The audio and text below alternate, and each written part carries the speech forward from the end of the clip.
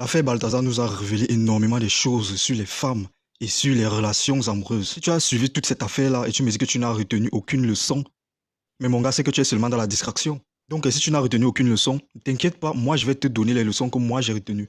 L'affaire Balthazar m'a fait retenir 5 leçons extrêmement importantes. Je précise encore les gars, comme d'habitude je vais vous choquer, donc préparez-vous déjà. Et les âmes sensibles là, si vous voulez, vous n'êtes pas obligé de regarder la vidéo.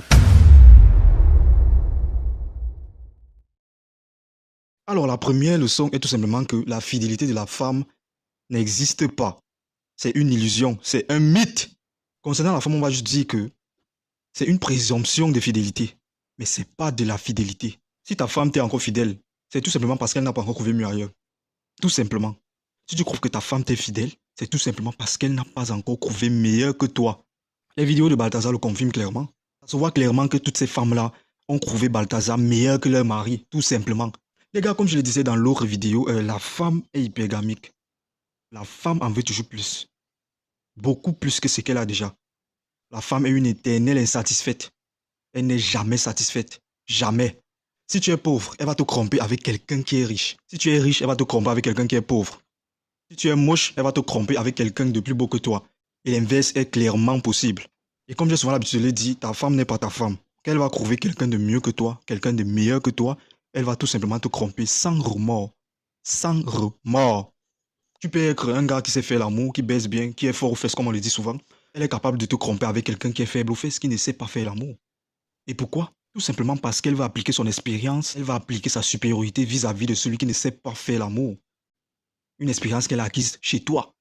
Toi qui sais faire l'amour. Les gars, les femmes sont extrêmement compliquées. Celui qui dit qu'il a compris la femme, c'est qu'il peut résoudre les 90% des problèmes dans le monde. Mais bon, je sais qu'il y a des exceptions. Sauf que le pourcentage est très bas. Le pourcentage est extrêmement bas. 1% seulement des femmes sont, on va dire, on va les accorder le bénéfice du doute. On va dire, on va juste prétendre qu'elles sont fidèles. Le reste là, le reste des 99%. Bien, on va continuer. La deuxième leçon est tout simplement que le mariage ne garantit ni la loyauté, ni la fidélité. Ne pense pas que c'est le fait que vous soyez marié qui garantit quelque chose. On a vu dans les vidéos de Balthazar, le gars a sauté des femmes mariées. Ce n'est pas parce que tu es marié avec ta femme qu'elle te sera loyale. Ou alors que toi, tu seras loyal envers elle. La plupart des femmes sont dans des mariages, dans des foyers, tout simplement parce qu'elles n'ont pas encore trouvé mieux ailleurs. Dis-toi que si tu as beaucoup de lacunes et que ta femme est toujours avec toi, c'est tout simplement parce qu'elle n'a pas encore trouvé mieux ailleurs. Parce que vous êtes toujours là en train de dire que ouais, ma femme ne peut pas me quitter, ma femme. Mouf. Qu'est-ce que tu racontes là? Parmi les femmes que Balthazar a soulevées, il y avait des femmes mariées et des femmes, des hommes puissants de la Guinée équatoriale. Puissants et riches. Malgré cela, elles ont trompé leur mari. Le mariage ne garantit rien du tout. Le mariage ne garantit pas la loyauté ni la fidélité. Mettez ça dans votre tête, les gars. Mettez ça dans votre tête. Parce que vous êtes cons. Vous êtes cons. Bien. Alors la troisième leçon est tout simplement que les femmes, lorsqu'elles sont en face de l'argent, elles renient toute valeur morale. Seuls leurs intérêts comptent. Seuls leurs intérêts prévalent. Le reste, là, ils s'en foutent. Quand une femme est en face de l'argent, mon gars, elle est prête à tout. Donc les gars, faites de l'argent, voilà. Vous êtes le genre d'homme qui aime, je sais pas, qui avait beaucoup de femmes comme Balthazar, cherchez déjà à faire beaucoup d'argent. Parce qu'avec de l'argent, tu peux avoir n'importe quelle femme. N'importe quelle femme.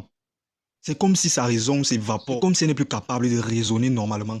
La preuve en est que dans une des vidéos de Balthazar, je ne sais pas vraiment si c'était lui parce qu'on ne montre pas, dans cette vidéo-là, on ne montre pas son visage. On montre juste une femme qui est en train de boire son urine. Donc le gars est en train d'uriner et la femme vient, étend sa gueule. Et le gars urine dans sa bouche. Elle avale. Elle avale l'urine de cet homme. C'est la même chose qui s'est passé avec les Dubaï porta-potty, machin bizarre. Les gars, lorsqu'une femme est face à l'argent, elle est capable de faire des choses que vous ne pouvez même pas imaginer. La quatrième leçon est tout simplement que une femme a beau être mariée, elle espère toujours rencontrer un homme qui est supérieur à son mari. C'est une vérité. C'est ce que je disais tout à l'heure là. La femme est hypergamique. C'est de l'hypergamie, les gars. La femme en veut toujours plus. Il y a des femmes qui sont dans des foyers, tout simplement parce qu'elles n'ont pas encore trouvé mieux ailleurs. Quand elles vont trouver mieux ailleurs, mais les gars, elles vont vous tromper. Sans remords. Parce qu'elles ne pensent qu'à elles. Je précise encore, c'est pas toutes les femmes qui sont comme ça. C'est pas toutes les femmes qui sont vraiment pareilles. C'est juste qu'il y a une majorité écrasante qui sont exactement comme je l'explique dans cette vidéo. Et ta femme que tu as actuellement dans ta maison, si tu veux simplement voir, si tu veux simplement savoir si elle est fidèle, il y a une tactique très simple, comme je l'ai dit dans l'autre vidéo. Tu prends juste son téléphone. Si elle refuse de te donner son téléphone, et mon gars, elle te trompe tout simplement. Elle te trompe. C'est une pute. Simple. Elle te trompe. Tu peux pas me dire que vous êtes mariés. Tu prends son téléphone et elle refuse de te donner son téléphone. Ah, attention, je précise bien que vous êtes mariés. Parce que lorsque vous êtes déjà mariés, je pense bien que vous êtes unis, vous ne formez plus qu'un. Vous devez tout vous partager. Tu veux prendre son téléphone, elle refuse. Mon gars, pose-toi des questions.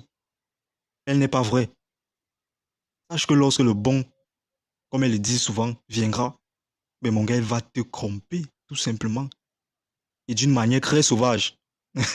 Et oui. Mais bon, si toi aussi tu sais que tu caches certaines choses dans ton téléphone, voilà, tu n'es pas, c'est mieux tu ne prends pas le téléphone de ta femme. Parce que ça ne sert à rien si c'est que toi-même tu caches certaines choses dans ton téléphone et que tu partes prendre le téléphone de ta femme. Ça ne sert à rien du tout. Tu dois faire ces tests-là lorsque toi-même tu sais que tu ne caches rien et que tu veux savoir si ta femme est sur la même longueur d'onde que toi. Là, tu peux faire ces tests. Mais si toi-même tu sais que toi-même tu caches des choses, abandonne ces tests. Trompez-vous seulement là-bas. Tu trompes ta femme, elle te trompe. Vous êtes des putes, tout simplement. Eh oui, simple.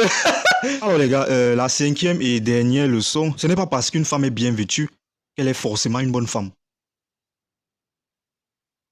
Alors je m'explique. Quand je parle de femmes bien vêtues, je parle des femmes qui s'habillent bien, normalement, pas des tenues extravagantes là, pas des décolletés plongeants, pas des vêtements qui montrent quasiment ses parties intimes. Bref, pas de mini-jupes, pas de robes, bref, vous m'avez compris les gars. Ce n'est pas parce que ta femme s'habille bien, ce n'est pas parce que ta femme a l'air responsable qu'elle est forcément fidèle. On voit clairement dans les vidéos de Balthazar, la plupart de ces femmes-là sont des femmes, sont des responsables. Et il y a une des vidéos de Balthazar qui le prouve clairement.